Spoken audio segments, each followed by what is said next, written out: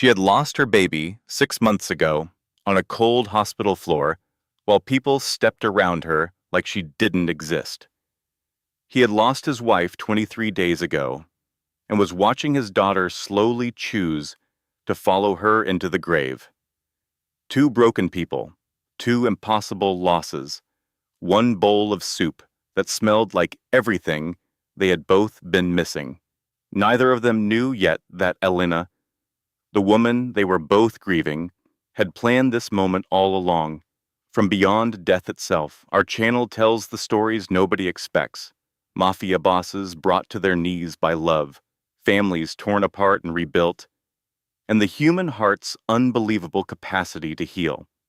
The story you're about to hear will remind you that grief and love can live in the same bowl of soup. And sometimes, a stranger carries the miracle you've been praying for. Like, comment, share, and subscribe and stay with us, because this story is just getting started. Franco's knees were pressed into the cold marble, but he did not feel a thing. The chill that should have pierced his expensive Italian suit was nothing next to the inferno blazing in his chest. He tried to get up, but his legs wouldn't obey. 23 days without sleep, watching his daughter wilt away, yelling at doctors and threatening specialists had left him completely hollow. He grabbed the door frame, his knuckles turning white, and slowly pulled himself to his feet. The scent felt like a ghost's embrace. Mint, chicken broth, star-shaped pasta. In that instant, Franco was no longer in his $3 million kitchen. He was transported 3 years into the past, on a Sunday, entering the small service kitchen Elena had made her own. She was at the stove in an apron over her designer clothes, stirring an old battered pot that looked out of place. The aroma filled the small room. It smelled of herbs, slow cooking, love, and hardship. Franco had wrinkled his nose. "Why are you making that cheap stuff? We have a chef for a reason." Elena had faced him, her dark eyes gentle, a slight smile on her face. "Because Lily needs to know the taste of love, Franco, not just the taste of money." He had scoffed at her then, and he had left the room. Now, standing in the doorway as that same scent filled his lungs, Franco would have traded his entire criminal empire just to hear her say that again. The memory was broken by a soft humming. It was a simple, ancient lullaby, the kind passed down from mothers who had nothing to give but their songs. Franco didn't recognize the tune, but he felt it deep in his soul. And Lily, his precious daughter, who had been like a vacant porcelain doll for 23 days, did the impossible. The corner of her mouth turned up. It wasn't a real smile, not quite, but it was life. It was a tiny crack in the tomb she had built around herself. Franco's breath hitched. He desperately wanted to run to her, to hold his daughter and cry into her hair, begging her not to leave him. But he was frozen to the spot, paralyzed by fear.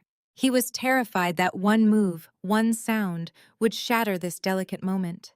The girl in the yellow gloves would stop her song, Lily would close her mouth once more, and this small spark of life would be extinguished forever.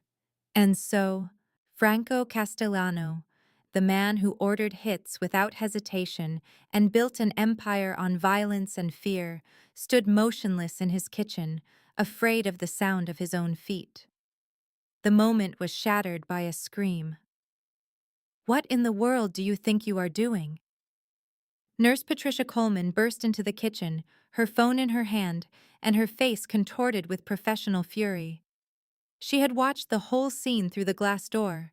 The girl in the yellow gloves jumped and spun around, her eyes wide with fear. The cheap plastic spoon fell from her grasp and clattered on the marble floor. A small splash of soup stained the perfect white tile. Then she saw Franco. All the color drained from her face. Her mouth opened, but she was silent. In her eyes, Franco saw the pure terror of someone with nothing, who was about to lose even that. But Franco wasn't looking at her. He was looking at Lily. His daughter was staring at the spoon on the floor, her little hand reaching for the spot where the girl had just been. Her lips formed a word she hadn't said in 23 days. More. And for the first time since Elena's coffin was put into the frozen ground of Chicago, a single tear traced a path down Franco Castellano's face. To grasp why that one tear carried more weight than all the blood Franco Castellano had ever shed, you have to go back 23 days, to the moment his entire world dissolved into ash. The Chicago wind that day felt like 1,000 tiny knives of ice. The sky was a heavy, low gray, as if it was also in mourning. Oak Hill Cemetery lay before the crowd, with headstones jutting from the snow like jagged teeth. Franco stood by the open grave in a black Armani suit, his expression as hard as granite.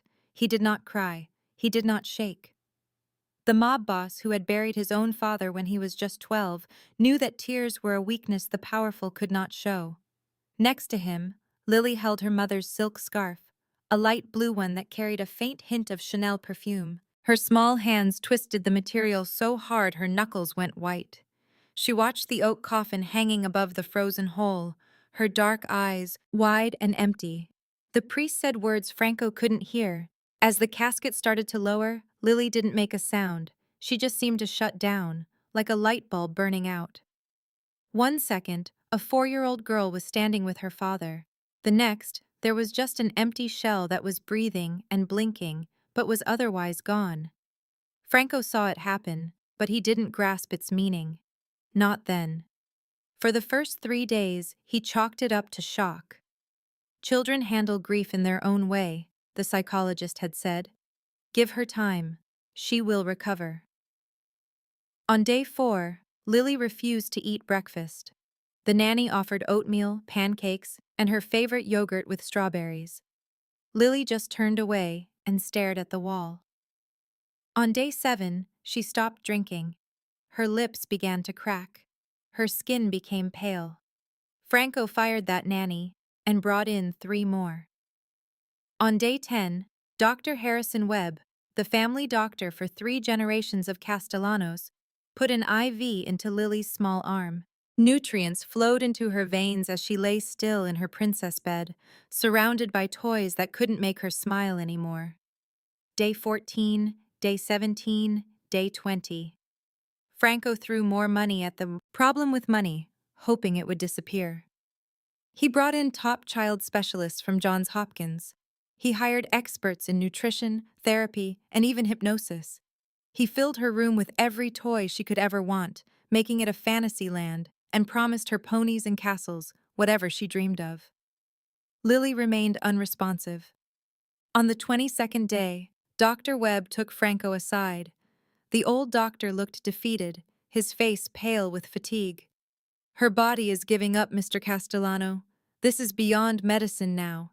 It is something else entirely. Franco seized the doctor by his coat, lifting him clear off the floor. I will give you $10 million to save my daughter. Just name a price. Anything. Dr. Webb gazed back at him, his eyes filled with sadness. There are some things money cannot fix, sir. Your daughter's will to live is one of them. That evening, Franco lingered outside Lily's room. The mansion was quiet, the hallway dark, with only the steady beep of the heart monitor by her bed. He leaned his head against the cool wood, whispering into the void. Elena, are you taking her away too? Are you going to leave me completely alone? Silence was his only reply, along with the constant beep of the machine, marking the final beats of his daughter's life. Franco Castellano was no ordinary man, and the empire he controlled was far from ordinary. The Castellano estate sat atop Gold Coast Hill, a crown watching over its kingdom. 30 rooms were spread across 4 floors, with massive windows that looked out over the gray expanse of Lake Michigan. The building was a fortress disguised as a luxury home, with reinforced concrete hidden behind Italian marble and bulletproof glass in every window. A bomb shelter was buried 3 levels below the wine cellar. 20 armed guards patrolled the property in rotating shifts. Surveillance cameras watched every single inch, sending feeds to a control room that was staffed all day and night. The perimeter was lined with motion sensors. Panic buttons were concealed under every table. This was the command center for South Chicago's criminal underworld. For 15 years, Franco had ruled with a firm hand inside a gentle glove, managing gambling, loan sharking, and protection rackets. Every illegal dollar that moved through the city's south side came through his control. Other families had tried to take him on. They were now buried in secret graves or resting at the bottom of Lake Michigan. But empires, just like people, can collapse from the inside. Since Elena passed away, Franco had abandoned his duties. He missed meetings. He ignored phone calls. The usual line of his captains and lieutenants wanting to see him dwindled as news got out that the boss was not available. Vincent Moretti, Franco's most loyal man for over 20 years, stood at the study's entrance one evening, his expression full of worry. "Boss, the Irish are making a play on the north side. They have already taken 3 of our gambling spots. The Russians are circling as well. They sense weakness." Franco sat in his large leather chair, watching the security camera feed from Lily's room. His daughter was completely still in her bed, surrounded by the beeping and humming machines that were forcefully keeping her alive. "Let them have it," Franco said, his voice empty. Vincent moved closer. "Boss, if we do not push back, they will see us as weak." 15 years of work, I said. "Let them have it." His words felt like a final judgment. In 15 years, Franco Castellano had never backed down. He had never appeared weak. He had never ignored a challenge. But what good was an empire if there was no one to inherit it? Every night, Franco stood by Lily's door, but he could not bring himself to go in. He would place his hand on the door, trying to feel the faint vibrations from the medical machines. Listening to the rhythmic beep that proved his daughter was still alive, he was terrified to open that door, scared he would find her gone, with the machines blaring their alarms as nurses rushed around a body that had already quit. So, he remained in the dark and did something he had not done since he was 12 years old, since the night he saw his father die on a warehouse floor. He prayed, "God, if you are there, please take it all. Take everything I have, just do not take my daughter." The response arrived on day 22, but it was not from God. The heart monitor let out a piercing scream. The alarm cut through the silent mansion like a blade. Franco threw the door open, nearly tearing it off its hinges, shouting for Dr. Webb, for the nurses, for anyone. Lily's small frame shook once, twice, and then was still. 30 seconds of chest compressions. 30 seconds of Franco's life falling apart. 30 seconds of pleading with every god he had ever disrespected. And then, a heartbeat. Dr. Webb wiped the sweat from his forehead, his hands shaking. "She is stable for the moment." He faced Franco, his eyes heavy with a truth he did not want to share. "You have about a week, Mr. Castellano, possibly less. She is letting go." Franco fell to his knees next to his daughter's bed. He held her tiny hand, so small and cold, and brought it to his lips. "I will do anything," he whispered. "Whatever is required, no matter the price." He had no idea that the solution to his prayer was. At that very moment, in a collapsing apartment 45 minutes south of the Castellano mansion, a young woman was sitting on a worn-out mattress, counting her money. Aurora Hayes laid the coins out on the stained sheet. 3 quarters, 4 dimes, and 7 pennies. $1.22. That was everything she had in the entire world. The room she was in was barely 15 square meters. Cracks spread across the walls like dark veins. A large water stain marked the ceiling where rain always leaked through. Cockroaches scurried in the dark corners, not even trying to hide anymore. The heater had broken 2 winters ago, and the landlord no longer promised to fix it. This was her home. On the small bed across the room, an old woman was propped up on thin pillows, her eyes hazy with Alzheimer's. Martha Hayes was 82 years old, but her mind had drifted back to a much earlier time. She looked at Aurora and smiled with confusion. Sarah, is that really you? Did you get my pills? Aurora felt a familiar pain in her chest. Sarah was her mother's name. Her mother had been gone for 12 years.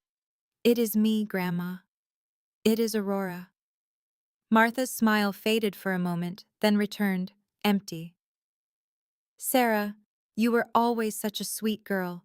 Your father should be home from work soon. Aurora stared at the coins in her palm, then at the prescription bottle on the nightstand. It had been empty since the day before. Her grandmother's Alzheimer's medication was $47 for a 2-week supply. The most basic groceries would cost at least $15 for the week. $1.22. Medicine or food? It was never both. The decision tormented her, just as it did every month, every week, and every single day. But it was not really a choice. It never was. 6 months earlier, Aurora had thought her life could not get any worse. She was mistaken. The memory surfaced without warning. The cold tile floor of the free clinic, the harsh buzz of the overhead lights, and the blood spreading between her legs. The loan sharks her ex-husband owed money to had found her. They had made their message clear with their fists and their boots, while she cried out for help that did not come. When she came to, the doctor's expression said it all. She had been 5 months pregnant with a baby she had secretly named, a child she had whispered to in the night and promised a much better life. Gone. Aurora did not cry that night. She had not cried at all since then. She had no tears left. A knock at the door pulled her from her thoughts. She opened it and saw a woman in a worn blazer holding a clipboard. The logo for the employment agency was peeling from her folder. Aurora Hayes. I have a job for you. Live-in domestic help. One of those fancy mansions on the north side. The pay is… The woman looked at her papers. It is very generous. Actually 3 times the usual amount. Aurora's gaze sharpened. What is the catch? The woman paused. The employer is… well, his name is Franco Castellano. The name landed like a physical blow. Everyone on the south side knew that name and what it represented, the violence hidden beneath it. The mob boss. They prefer to call him a businessman, the woman said with a shrug. Look, I have to inform you. What you decide to do with that information is up to you. Aurora looked over at her grandmother, who was now quietly humming a lullaby to a baby that was not there. She looked at the empty prescription bottle, at the pile of overdue bills in a drawer, and at the eviction notice taped to the wall. When do I start? Tomorrow morning at 6. After the woman was gone, Aurora knelt by her bed and took out a small wooden box from under a loose floorboard. Inside was a photograph, its corners softened from being held for so many years. 2 young girls were smiling in the sun, one with dark hair, one with light hair. They were cousins, best friends, and like sisters.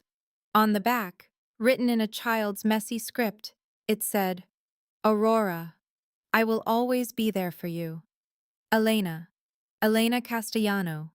Elena Reyes, as she was known back then, before she married a man with money and power, stepping into a world Aurora couldn't touch. This was Elena, who sent her secret letters stuffed with cash. Elena, who never forgot her roots. Elena, who was laid to rest 23 days ago. Aurora clutched the photograph to her heart, her voice a whisper in the silent room. I'm on my way, sister. I'm sorry it took me so long. Aurora entered the Castellano property by the servants' gate, a small opening tucked behind a thick wall of manicured hedges, hidden from the main drive. The gate was made to be overlooked, much like the people who used it. She walked onto the grounds and her breath caught. The mansion stood before her like a castle from a forgotten time. It was 3 stories of white stone and shining windows that reached for the overcast Chicago sky. The front yard was bigger than her entire city block. Fountains made of Italian marble were still and silent in the cold air, their water shut off until spring. Her tiny apartment could probably fit inside this home 100 times. A woman wearing a starched black dress came out of a side door. Her silver hair was pulled back so tightly it made her face look stretched. She held a clipboard and had a look that said, Aurora was already a disappointment. You must be the new girl from the agency. It was a statement, not a question. I am Mrs. Irene Crawford, the head housekeeper. You will call me Mrs. Crawford. Is that clear? Aurora simply nodded. Yes, Mrs. Crawford. The woman walked around her in a slow circle, examining her as if she were buying a horse. She grabbed Aurora's hands suddenly, flipping them over to inspect the palms, fingers, and nails. Are your fingernails trimmed? Do you have any contagious illnesses? A police record? No, ma'am. None of that. Mrs. Crawford wrote something on her clipboard, her lips pressed into a firm, disapproving line. What she found so wrong, Aurora couldn't guess. Maybe it was just her. Follow me. The inside of the house was even more breathtaking. The floors were made of polished marble, so clean that Aurora could see her own weary reflection. She looked like a ghost in old shoes and a thrift store coat, completely out of sync with this palace of wealth. But under all the splendor, something felt off. The air was heavy and cold, filled with a deep silence that felt like pressure on her eardrums. There were no voices echoing in the corridors. No one was walking around. The mansion felt more like a grand tomb than a home, stunning on the outside but empty and dead within. Mrs. Crawford took her to a small room near the service hallway. She gave her a navy blue uniform that was a little too big and a pair of neon yellow rubber gloves. The rules, Mrs. Crawford said, her voice like the edge of a sharp knife. You do not look Mr. Castellano in the eye. You do not speak to him unless he speaks to you first. If you see him coming, you make yourself scarce. Hide in a closet, find a corner, go to another room. I don't care where you go, just get out of sight. Aurora nodded again, saying nothing. And the most important rule. Mrs. Crawford moved closer, her gaze fixed on Aurora. You will not, under any circumstances, go near the east wing. The child's room is there. You will not approach it. You will not look at it. You will not even think about it. Am I understood? Yes, Mrs. Crawford. The older woman watched her for another moment, looking for any hint of rebellion. She saw none and gave a stiff nod. Your jobs for today, scrub. The guest bathrooms. You will mop the service hallways, and you will polish the windows in the kitchen. Start now. Aurora put on the uniform inside a storage closet that smelled like bleach and old memories. The material was loose on her slender body, and the yellow gloves made a squeaking sound on her skin. She saw her reflection in a dirty mirror leaning against a wall. She looked like a nobody, an invisible thing. That was good. She was used to being invisible. The hours went by in a haze of cleaning and polishing. Aurora worked quietly, unseen by the other staff who walked by without a second look. She was almost done mopping the east hallway when she heard a sound. Beeping. It was the steady, electronic beep of hospital machines. It was coming from behind a closed door at the end of the hall, in the forbidden east wing. Aurora's grip on the mop tightened. Then she heard voices, two nurses talking quietly just around the corner. She hasn't cried for 3 days. That's a bad sign. A very bad sign. I know. When they stop crying, it means they've lost hope. A pain shot through Aurora's chest. She thought about her own child, the one who never took a breath, never saw the light, never let out a first cry. The one she lost on a cold hospital floor as people just stepped around her. Her baby hadn't cried either, because some goodbyes are silent. The confrontation she was warned to avoid happened only 3 hours into her shift. She was on her hands and knees in the grand foyer, scrubbing the marble with a worn-out brush. A bucket of gray, soapy water was beside her, full of the grime she'd already scrubbed away. Her back was sore, and her knees hurt, but she kept at it, silent and unseen, just as she was told. The front door flew open with a bang. Franco Castellano blew in like a storm wearing a human suit. His face looked like it was carved from stone. His jaw was so tight that a muscle twitched in his cheek. His eyes were red from lack of sleep, and circled with shadows so dark they looked like bruises. He had just left another appointment with Dr. Webb. More bad news. More time ticking away. Aurora noticed him a second too late. She hurried to grab her things and vanish like Mrs. Crawford had ordered, but her hands were clumsy and slow. Her legs wouldn't move fast enough. Franco's expensive Italian leather shoe, a $5,000 piece of footwear, hit the rim of her bucket. Soapy water sloshed onto the clean marble. Some of it splashed onto his shoes, leaving dark spots on the leather. The silence that came next was heavy and complete. Franco froze. He stared down at his wet shoes. Then his eyes moved to Aurora, who was still on her knees, gripping the brush with white knuckles. He looked at her like she was an insect he'd found on his plate. "Who are you?" His voice was low and controlled, which was somehow more frightening than if he had yelled. Aurora's mouth went dry, and only a tiny sound came out. "I am sorry, sir. I am new. I did not see Mrs. Crawford." He didn't raise his voice. He didn't have to. The head housekeeper appeared almost instantly from a nearby hall, her face white with fear. "Mr. Castellano, I am so sorry. She just started today." Franco raised a hand. Mrs. Crawford went quiet. "Teach her the rules," he said. Each word was heavy, like a rock dropped into a calm pond. "And get her some different shoes. The sound of that cheap rubber on my floors grates on my nerves."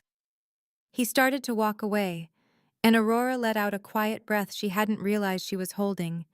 But then he stopped. "And Mrs. Crawford," he didn't turn around. "Keep her away from Lily. I will not have my daughter breathing in the stench of poverty that people like her bring in from the outside."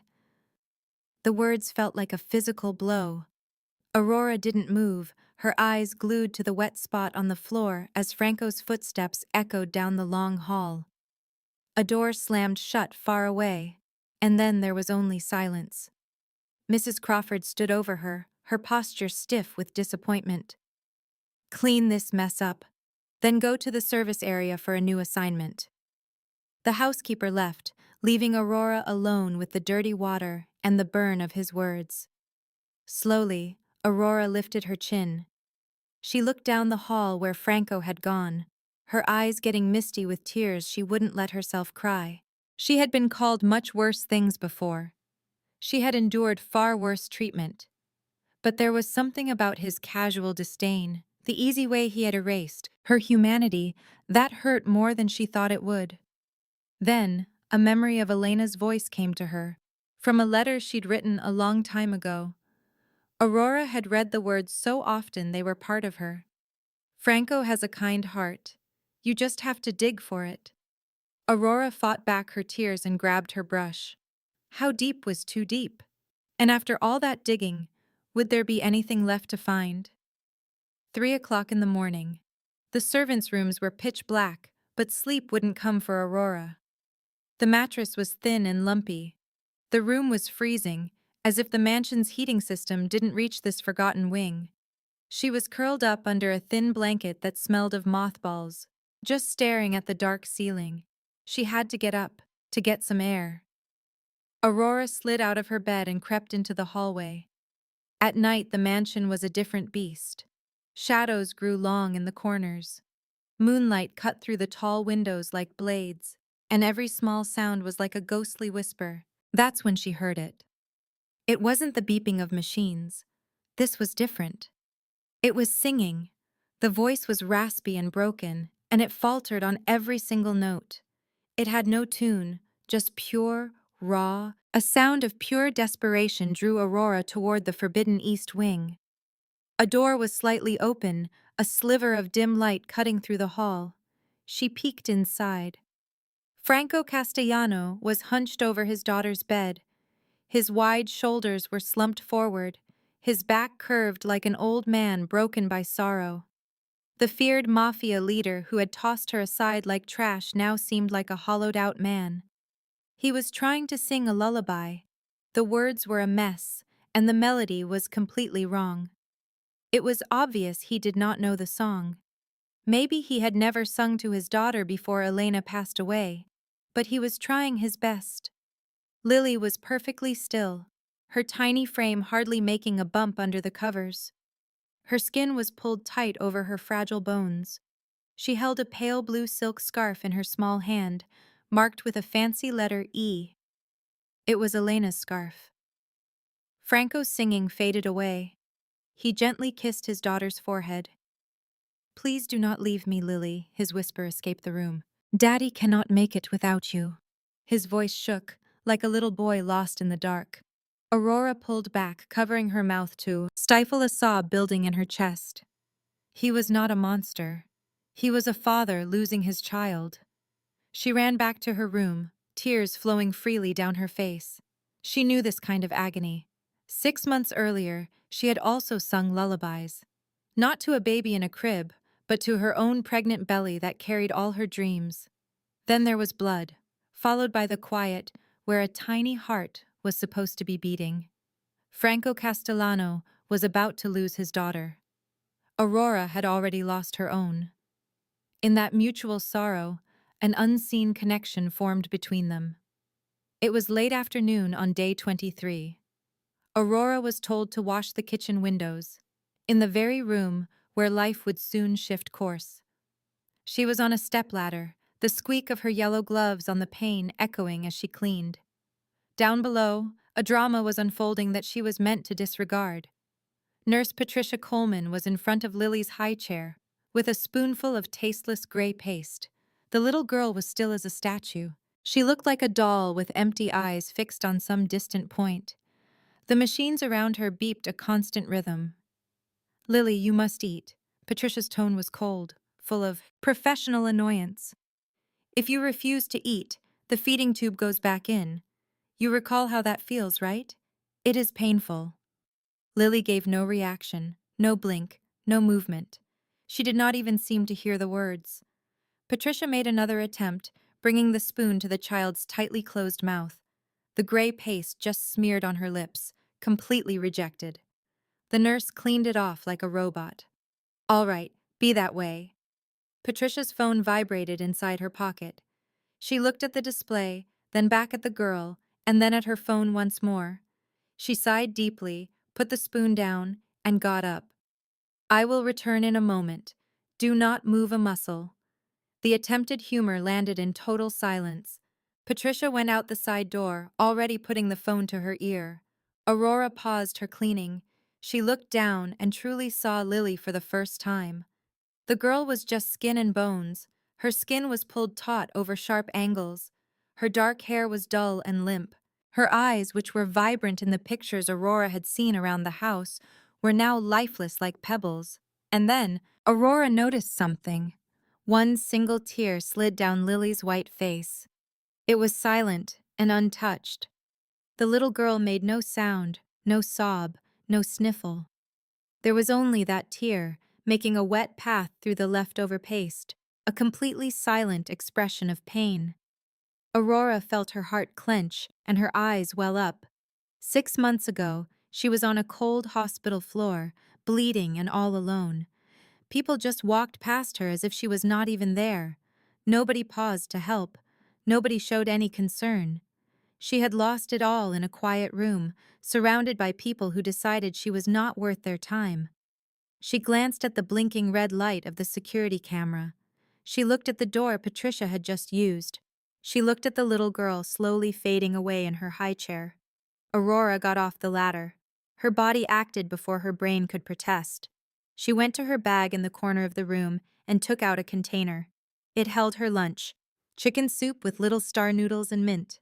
It was her grandmother's recipe, the one she and Elena had learned side by side as kids, in a small kitchen filled with love, not wealth.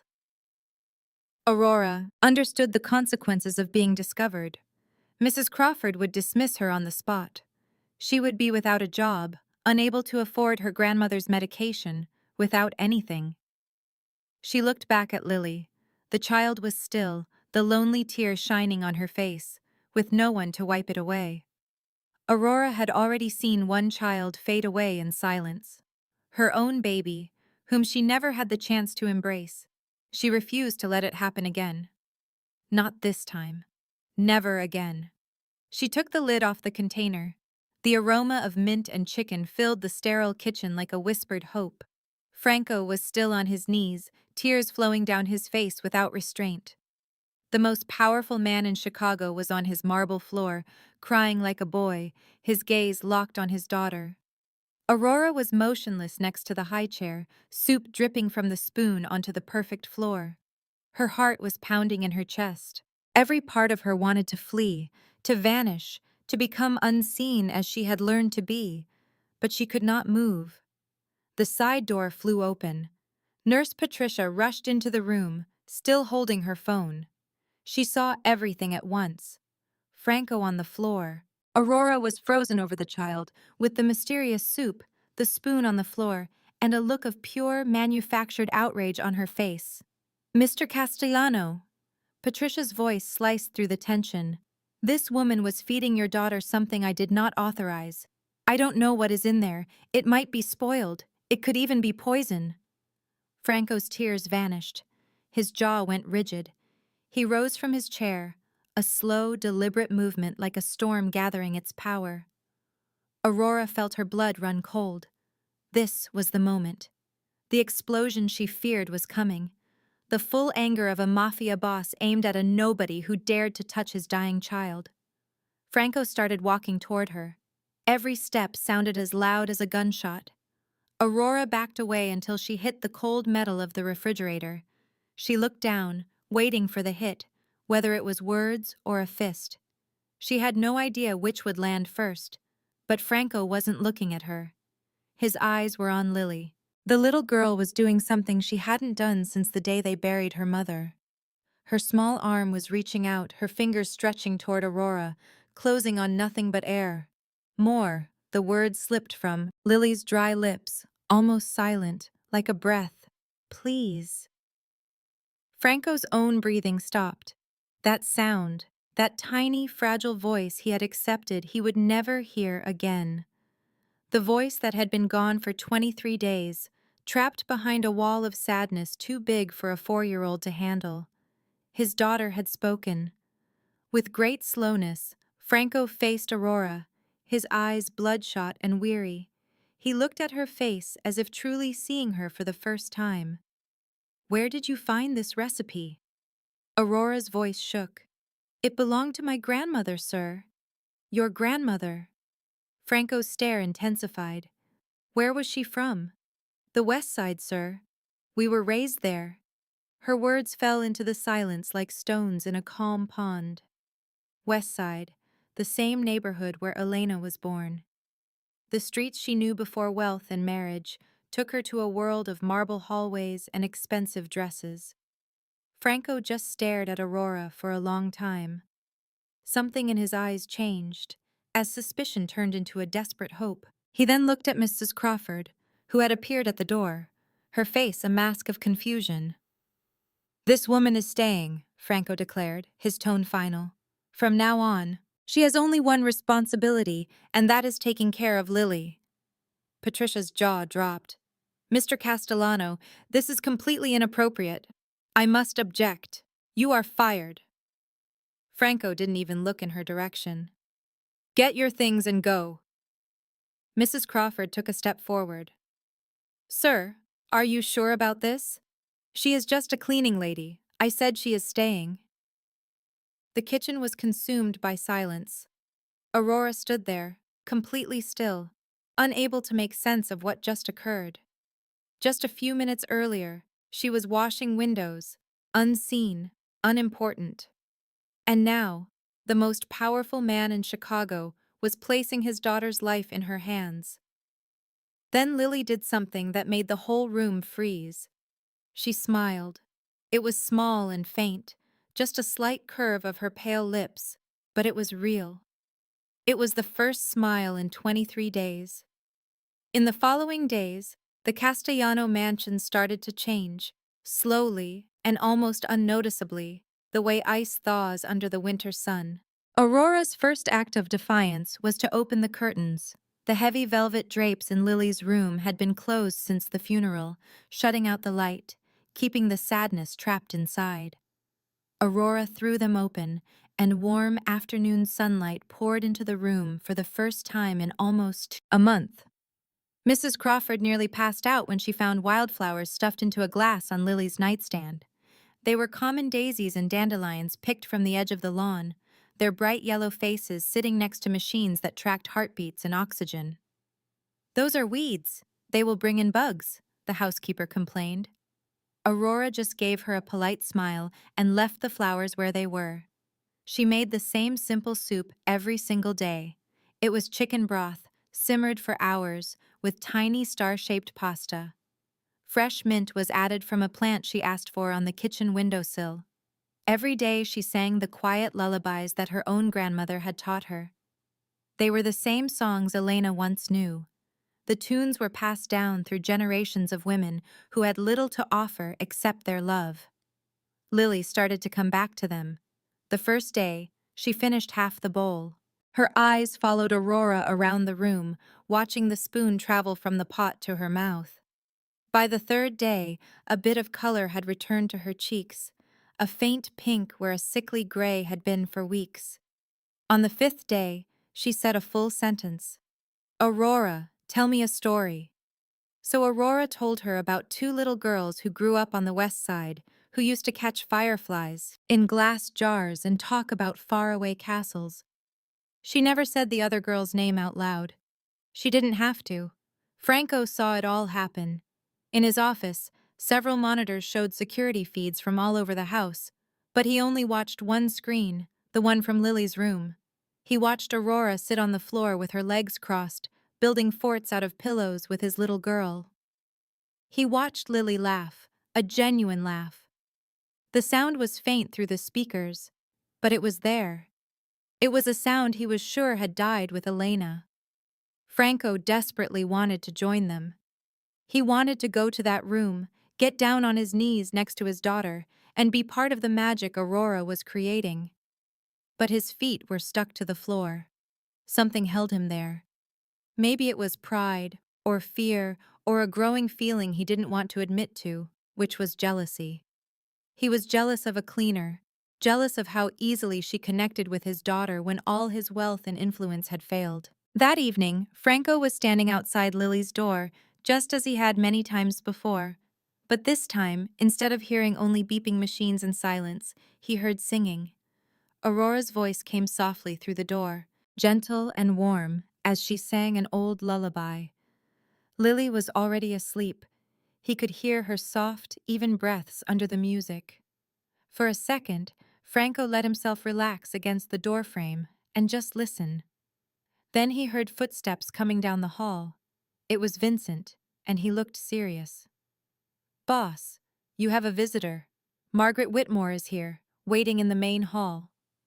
Franco's expression immediately hardened. Margaret, Elena's mother, was a woman who never thought he was good enough for her daughter, and who had tried for years to erase any hint of Elena's simple background. She never showed up without a reason, and her reasons were never good. Margaret Whitmore walked into the Castellano mansion like she owned the place. At 62 years old, she was perfectly preserved, with platinum blonde hair in a sharp, stylish cut and a Chanel suit that cost more than what most people make in a month. South Sea pearls were draped around her neck like a statement of power. Her heels clicked on the marble floor with the steady rhythm of a clock, each sound asserting her importance. "The security around here has gotten ridiculous," she said before Franco could even say hello. "I was forced to wait at the gate for 7 minutes. 7 minutes, Franco.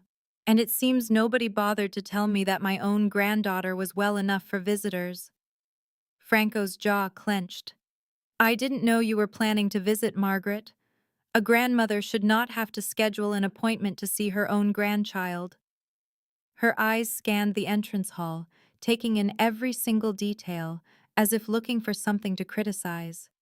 "I was informed through my own sources that Lily was doing better. I want to see her right now."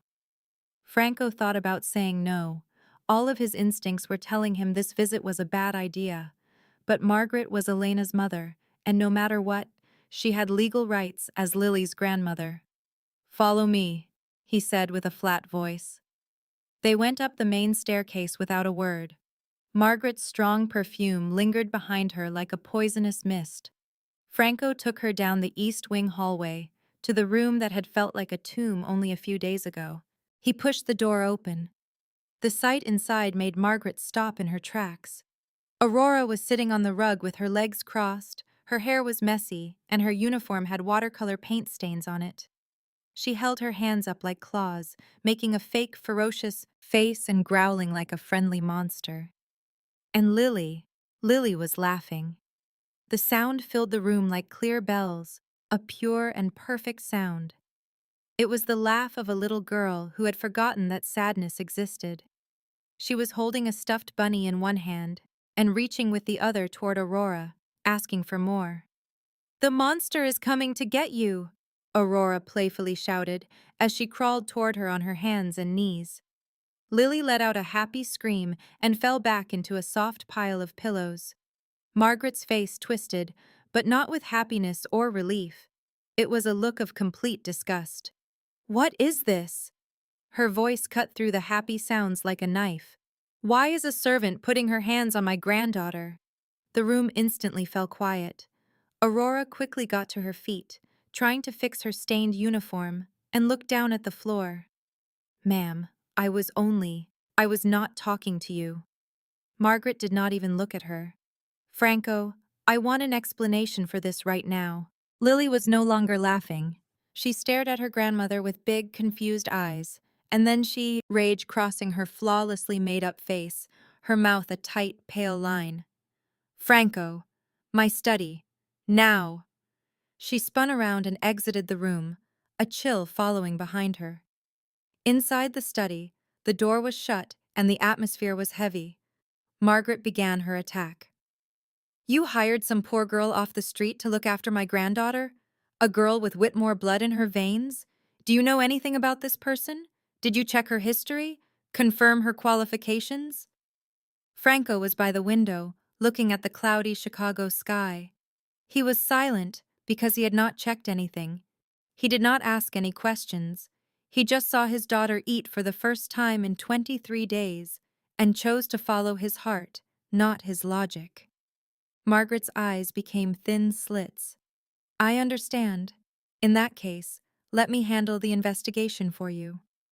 The following morning, because Margaret insisted, Franco called Vincent to his study. The wood-paneled office seemed unusually small, filled with a sense of unease. Margaret was seated in a large leather chair like a monarch expecting a visitor, tapping her polished nails on the chair's arm. Franco stood near the window facing away from room, observing storm clouds brew over Lake Michigan. Vincent came in, holding a manila folder. "Do you have the report?" Margaret demanded before Franco could even turn. Vincent shot a quick look at his boss, who gave a sharp nod. Then he opened the file. "Aurora Hayes, 28 years old, born and raised on Chicago's West Side." He turned a page. "Her father died when she was 5. A heart attack from overworking at the meatpacking plant. Her mother remarried 2 years later to a man named Dale Simmons. Simmons has a police record for being drunk and disorderly, domestic abuse, and petty theft." A smirk of satisfaction touched Margaret's lips. "Continue." "The mother passed away from cancer when Aurora was 16. They had no money for her care." Vincent's voice softened slightly. "The girl ran away from her stepfather that year. She lived on the streets for a time, taking any odd job she could get, like waitressing, cleaning, or factory work." Franco stood frozen by the window, but his shoulders had tensed. "She got married at 24. Her husband was Derek Cole, a gambler with ties to Southside loan sharks. He ran up a $50,000 debt, and then vanished, leaving her responsible for the money." Margaret leaned in. "So she is indebted to criminals. How perfect." Vincent's jaw clenched. "There is more. 6 months ago, the loan sharks located her. They assaulted her violently. She was 5 months pregnant at the time and lost the baby." A heavy silence fell over the room. For a moment, even Margaret was speechless. Vincent shut the folder. "She is currently the only person caring for her grandmother, Martha Hayes, who is 82 and has advanced Alzheimer's disease. The grandmother's medicine consumes almost all of Aurora's earnings. She is late on her rent, her bills, and basically everything else. Margaret was the first to speak again, her voice dripping with poison. You see, Franco? Debt, criminals, a woman with absolutely nothing to lose. What could she possibly want from our family, from our wealth? Franco finally turned away from the window. His face was a stoic mask, showing no emotion. But deep in his eyes, a storm was gathering. He was reminded of another woman from the West Side, a waitress he had met long ago, who wore dresses from thrift stores and dreamed of a better life. A woman Margaret had loathed from the instant Elena brought her to their home. His wife, the woman he adored, the mother of his child. Does she possess a criminal record? Franco asked in a low voice. Vincent shook his head. It's completely clean. She does not even have a parking violation. He paused, trying to find the proper words. She is just someone who has had a string of terrible luck. Franco moved to his desk and collapsed into his chair. He steepled his fingers under his chin, gazing at a picture of Elena that overlooked the space. Aurora will stay, he declared. My decision is final. Margaret shot up from her seat, her face red with rage. You are going to regret this, Franco. You mark my words. She stormed to the door, pulling it open with unnecessary force. Down the hallway, Aurora was holding Lily's hand, guiding her toward the garden. The little girl was chattering away, pointing at something outside the window. Margaret stopped, her gaze fixed on the two of them, the poor girl and the Whitmore heiress, acting like mother and child. A cold, cruel, and calculated smile spread across her face. A new plan was already taking shape in her mind. The 3 days Margaret was at the mansion were 3 days of deliberate torment for Aurora. It started with minor acts of cruelty. Margaret scrunched her nose when Aurora served Lily's soup. What is that awful smell? It has the stench of poverty. Can you not prepare anything that doesn't bring a soup kitchen to mind? Aurora remained silent. She just carried the bowl back to the kitchen and returned with a new one, exactly like the last. During dinner, Margaret made Aurora stand beside her chair like a servant from a past century, to refill her water, get her napkins, and listen to her constant complaints. The older woman never called Aurora by her name, referring to her as that woman, the help, or with a simple dismissive gesture of her bejeweled hand. Aurora tolerated everything for Lily's sake, but the thing that truly enraged Margaret was something she could not influence. Lily would not leave Aurora's side. If Margaret tried to touch the child, Lily would pull away. When Margaret presented expensive gifts and dangled promises of shopping, Lily just shook her head and hugged Aurora's legs tighter. When Margaret attempted to read her a story before bed, Lily would ask for Aurora to do it instead. The constant rejection felt like acid burning inside Margaret's chest. On the third day, she put her scheme into motion. You there? Margaret called to Aurora from the living room. Come and assist me. The clasp on this necklace is jammed. Aurora walked over with caution. The South Sea pearl necklace was a radiant band against Margaret's skin, a strand of shining orbs worth more than Aurora could make in 10 lifetimes. Please turn around, Aurora said gently. I will see if I can undo it. Her fingers manipulated the tiny clasp. In a moment, it clicked open. There, it is unfastened. Margaret took the necklace off and gave it a quick look. Very well, you are dismissed. Aurora went back to Lily, who was busy drawing at a little table near the window. She gave the matter no further thought. 15 minutes later, a piercing scream broke the quiet. My necklace! Margaret's shout rang through the house like an alarm. Staff hurried in from all over. Franco came out of his office, his expression filled with alarm. It has vanished, Margaret announced from the center of the great hall, her hand on her bare neck. My South Sea pearl necklace. It is worth $200,000. Someone here stole it. Her eyes scanned the staff and then locked onto Aurora with intense focus. She was the last person who touched me. Search her immediately. Aurora felt her blood run cold. I did not. Search her this instant. Mrs. Crawford came forward, her expression serious. Miss Hayes, would you please empty your pockets? Aurora's hands shook as she put them into her apron, the very same one she had worn all day. The pocket had only contained a handkerchief and a hair ribbon for Lily. Her fingers brushed against something hard and round. She pulled it out. A cascade of South Sea pearls spilled from her pocket, shimmering in the light, unbelievably gorgeous and undeniably incriminating. Mrs. Crawford let out a gasp. Margaret's face twisted into a look of pure triumph. There, do you see? A common thief. I knew it the very second I first saw her. Aurora just stared at the pearls in her palm. She had not stolen them. She had not even handled them after taking them from Margaret's neck. But it did not matter now. She turned to Franco, looking for the man who had cried in the kitchen, the man who had given her his complete trust with his daughter. He met her gaze. His eyes were cold, distant, and unreadable, like steel where warmth once existed. Franco strode toward Aurora, his every step on the marble floor sounding like a hammer striking nails into a coffin. His gaze shifted from the pearls that dangled, from her shaking hand to her terrified, pleading face, and finally to Margaret, who was dabbing at perfectly dry eyes with a silk handkerchief, faking a sorrow she did not feel. A battle was raging in his mind. All logic was screaming at him. The proof was right there. The necklace was discovered in her pocket. She had debts. She had a clear motive. The file Vincent had given him painted a picture of a desperate woman, someone drowning who would grab onto any lifeline.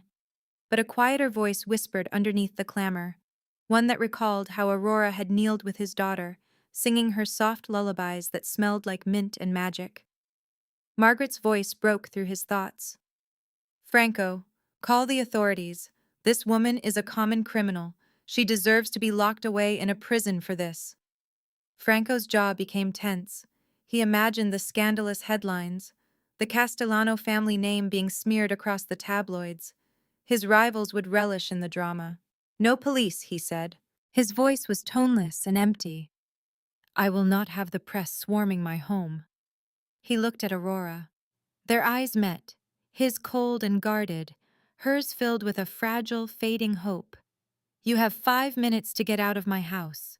The words were like stones hitting a window. Sir, please.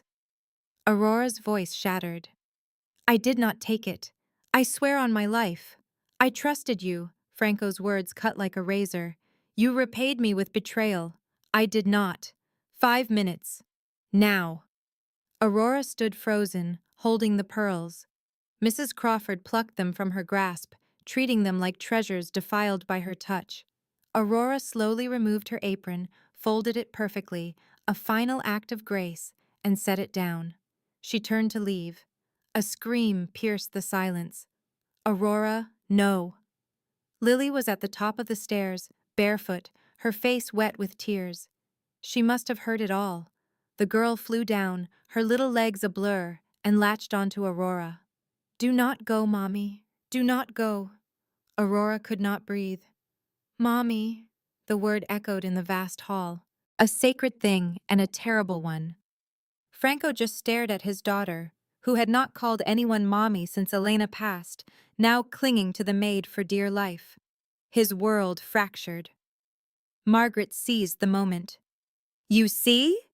Her voice was pure venom. She has twisted the mind of a grieving 4-year-old for money. That woman is dangerous, Franco. He saw Lily's desperate face, Aurora's shaking hands, and Margaret's triumphant smile hiding behind fake worry. The pressure was immense. Doubt clouded his judgment. Fear took his breath. He did what any trapped animal does. He attacked.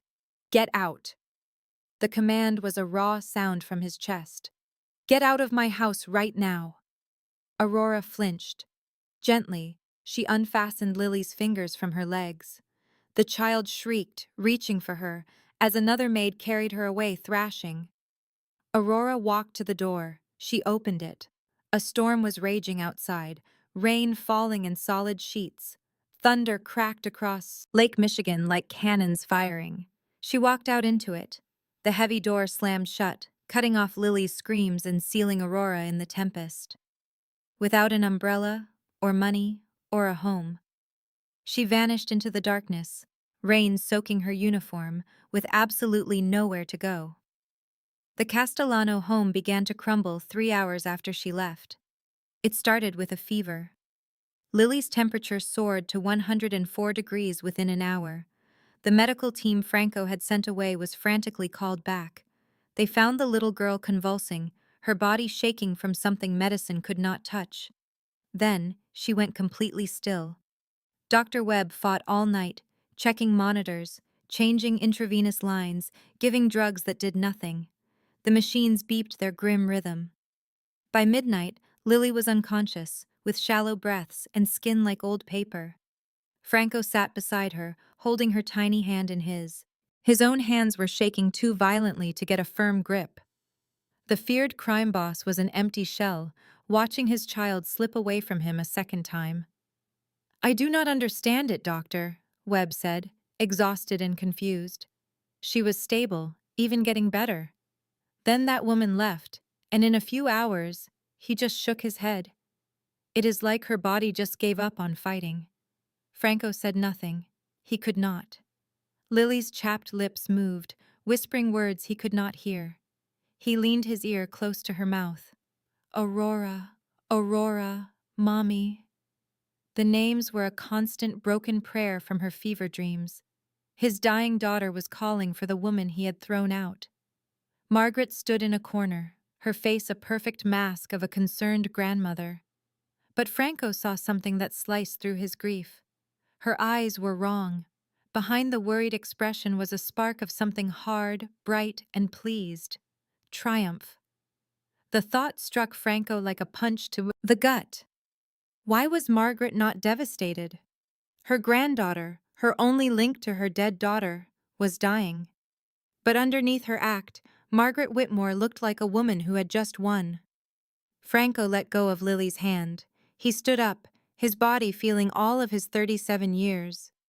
Boss, Vincent, his guard, appeared from the shadows. "Where are you going?" Franco did not reply.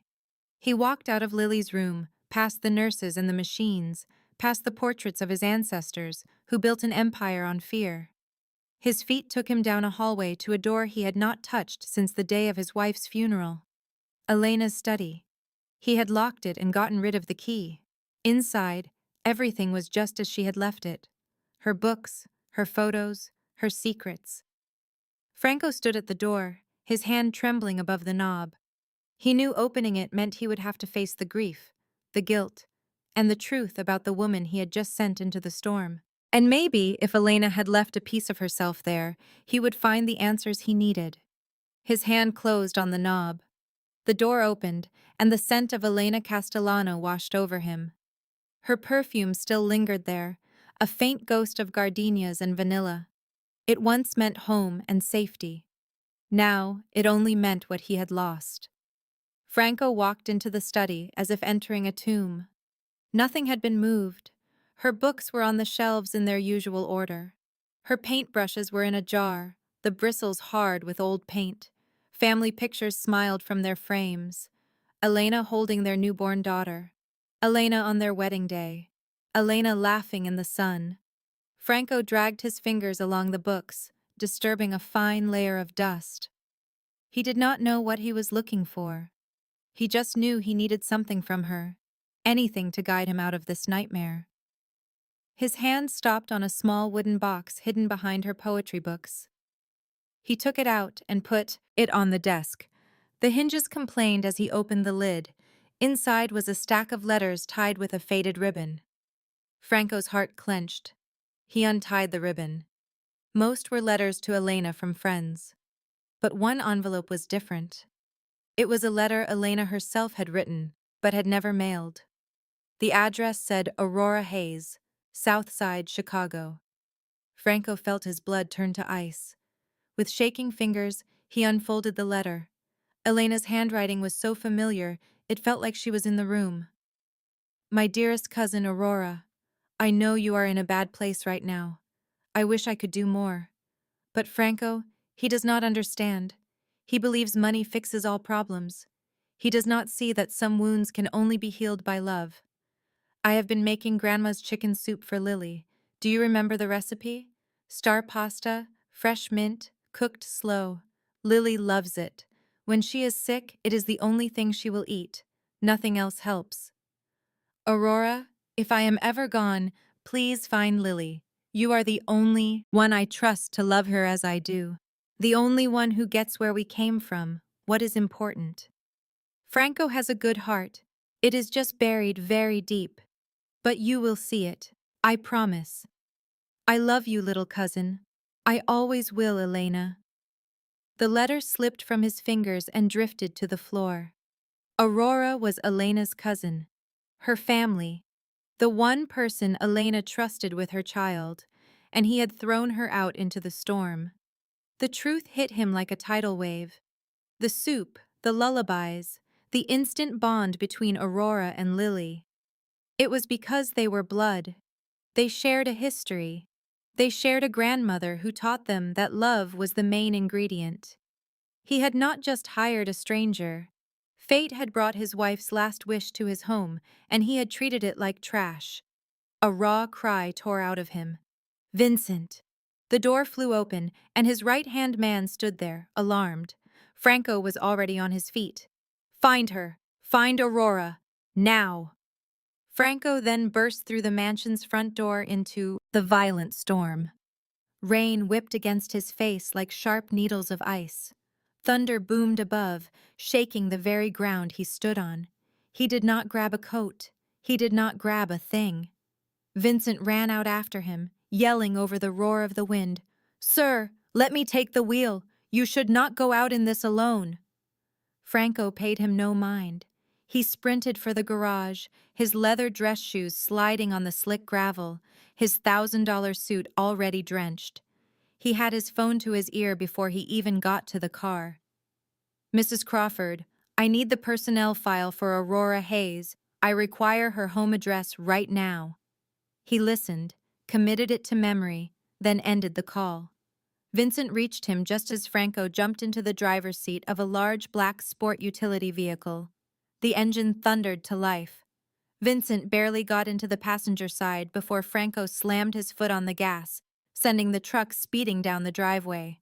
They raced through the storm like two men on a desperate mission. The windshield wipers struggled to keep up with the pouring rain. Flashes of lightning lit up the deserted streets in blinding, momentary bursts. Franco held the steering wheel so tightly his knuckles were white, pushing the vehicle through flooded roads that would have stopped any reasonable driver. As they drove deeper into the south side, the world changed. The fancy brownstones of the north were replaced by decaying apartment buildings. Streetlights either blinked unsteadily or were completely out. Potholes grew into huge craters. Finally, the road vanished. A river of brown water flooded the street, making it impossible to cross. Franco hit the brakes hard. "We need to find another way," Vincent said. But Franco was already getting out. He waded into the flood without a second thought, his expensive Italian shoes sinking into knee-deep mud. The rain stuck his hair to his head. His suit was ruined with splatters of grime. He didn't care. He ran down the flooded streets, banging on doors and yelling at the surprised faces staring back. "Aurora Hayes. Do you know an Aurora Hayes? Where is she?" He was met with confused looks, doors slamming shut, and wary eyes. At last, an old woman in a worn-out shawl opened her door a crack. "The girl with the sick grandma." She looked closely at Franco, at his costly, mud-stained clothes, and the desperation etched on his face. "She lost her apartment last week. Her landlord kicked her out. I heard she went to the old abandoned church down the street." Franco took off running.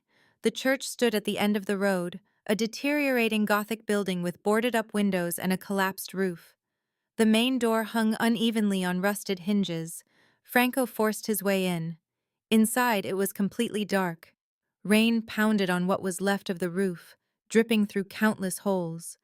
Broken pews were strewn about like fallen soldiers, and there, in a corner by the altar, was a figure. It was Aurora. She was soaked through, shaking uncontrollably, her thin uniform useless against the cold. She held a worn photograph tightly to her chest, protecting it from the rain with her own body. It showed two little girls smiling in the sun. Franco walked across the wrecked church and fell to his knees in front of her.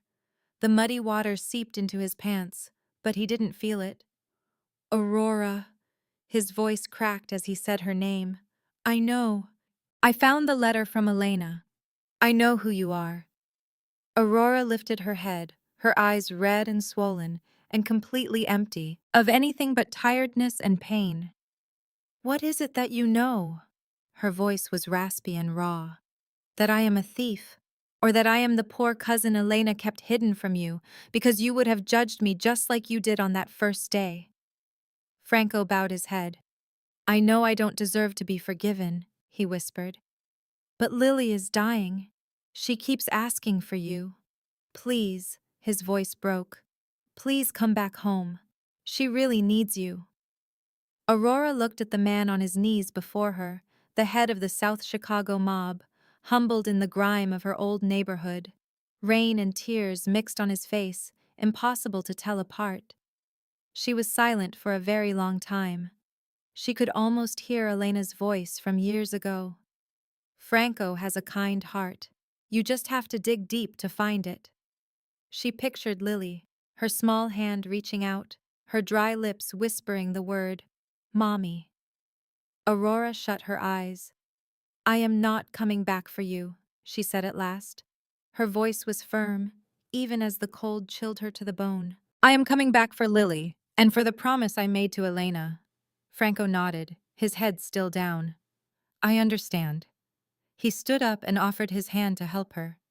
After a brief pause, Aurora accepted it. They returned through the storm without a word. The rain started to let up as they reached the affluent northern part of the city, as though the storm itself respected the unseen borders of wealth. The mansion was brightly lit against the dark sky when they pulled up. It was 4 in the morning. Aurora didn't even wait for the car to come to a complete stop. She flung the door open and rushed inside, hurrying past surprised servants, up the main staircase, and along the east wing to Lily's room. The little girl was lying still in her bed, hooked up to beeping machines while worried nurses stood by. Her skin was as white as a sheet, and her breathing was faint and uneven. Aurora reached the bed in 3 quick steps. She got onto the bed and gently pulled Lily's small body into her arms, holding the child close to her chest as she started to sing. An old lullaby came from her lips. It was the same one her grandmother taught her and Elena all those years ago. The song smelled of chicken soup, star-shaped noodles, and a love that was free but worth everything. Lily began to move. Her eyelids flickered, her tiny fingers twitched and then wrapped around Aurora's arm. Aurora, the whisper was almost silent. You came back. Aurora kissed Lily's forehead, tears now falling without restraint. I will never leave you again, my dear. Never. Franco stood at the door, watching the two of them on the bed, his daughter and her cousin. This was the family Elena had always wanted for him, the family he was too proud to acknowledge. The morning was gray and still. Franco called Margaret into his study. She walked in with her typical smug attitude, certain she was about to be proven right. Instead, she saw Elena's letter on the desk. All the color left her face as she read it. Get out of my house, Franco said. His voice wasn't angry, just cold and completely final. Do not ever return. Margaret tried to argue, but Vincent was suddenly beside her, his hand firmly on her arm. This way, Mrs. Whitmore. She was led to her car without any fanfare. The gate slammed shut behind her with a loud, decisive sound. A quiet calm filled the mansion, but for the first time in 23 days, it wasn't a silence filled with sorrow. It was a peaceful silence. 6 months later, spring arrived in Chicago. The tulips were blooming in the Castellano Gardens, a vibrant explosion of red, yellow, and purple where only grayness had been before. The mansion was no longer like a tomb. Sunlight streamed in through the open curtains. Every room was filled with fresh flowers, and most importantly, the sound of laughter now filled the hallways that had only known sadness. Lily was running on the lawn, her cheeks pink with happiness, and her dark hair flowed behind her like a celebration of life. She was chasing a butterfly, and her laughter floated on the spring breeze like a beautiful song. In the kitchen, Aurora was at the stove, stirring a familiar pot of soup. She was no longer wearing the dark blue maid's outfit. She had on a simple floral dress, and her hair was down, resting on her shoulders. The yellow cleaning gloves were gone for good. She hummed the old lullaby while she cooked, adding some star-shaped pasta into the hot broth. She heard footsteps behind her, and then strong arms wrapped around her waist. Franco put his chin on her shoulder, taking in the smell of mint, chicken, and home. "What makes the soup special today?" he whispered close to her ear. Aurora smiled, a small secret in her eyes. "There is an extra star in it today, for a new member of our family." Franco stood perfectly still. Aurora turned around to face him. She took his hand and placed it on her stomach, where a tiny, almost unnoticeable bump was starting to show. Lily is going to be a big sister. Franco, the powerful mob boss who had ordered hits without batting an eye, felt tears roll down his face. But these were not tears of sadness, anger, or fear. They were tears of pure, absolute, joy. Before he could say anything, the kitchen door flew open. "Daddy! Aurora! Look what I got!" Lily ran in, her hands cupped around something small and precious. She opened her hands to show them a beautiful butterfly with orange and black wings. It landed right on my finger, just like it was magic. Franco scooped his daughter up into his arms and pulled Aurora close with his other arm. The three of them stood there in the bright, sunny kitchen. A family made not just by blood, but by love, hardship, and getting a second chance. On a nearby counter, a photo in a silver frame seemed to watch over them. Elena was smiling from the picture, her eyes full of warmth, looking peaceful, as if she knew this would happen all along, as if she had set this all in motion from the very beginning. This story shows us that love is something money and power cannot buy. The best doctors and the fanciest chefs were unable to help Lily, but a simple soup made with love brought her back from the brink. Sometimes the biggest miracles are found in the most ordinary things. Family isn't always about who you are related to by blood. The connection between Aurora and Lily was stronger than genetics. It was a connection created through kindness, sacrifice, and the bravery to love even when it hurts. And it is never too late for redemption. Franco had hidden his heart away under layers of pride and hurt. But when he finally got on his knees in the mud and asked to be forgiven, he learned that you can always change for the better. If you were moved by this story, please click the like button and subscribe to our channel so you can see more videos like this.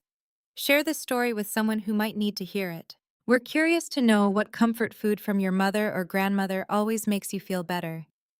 For the Castellano family, it was chicken soup with little star-shaped pasta. What is that special food for you? Please tell us in the comments below.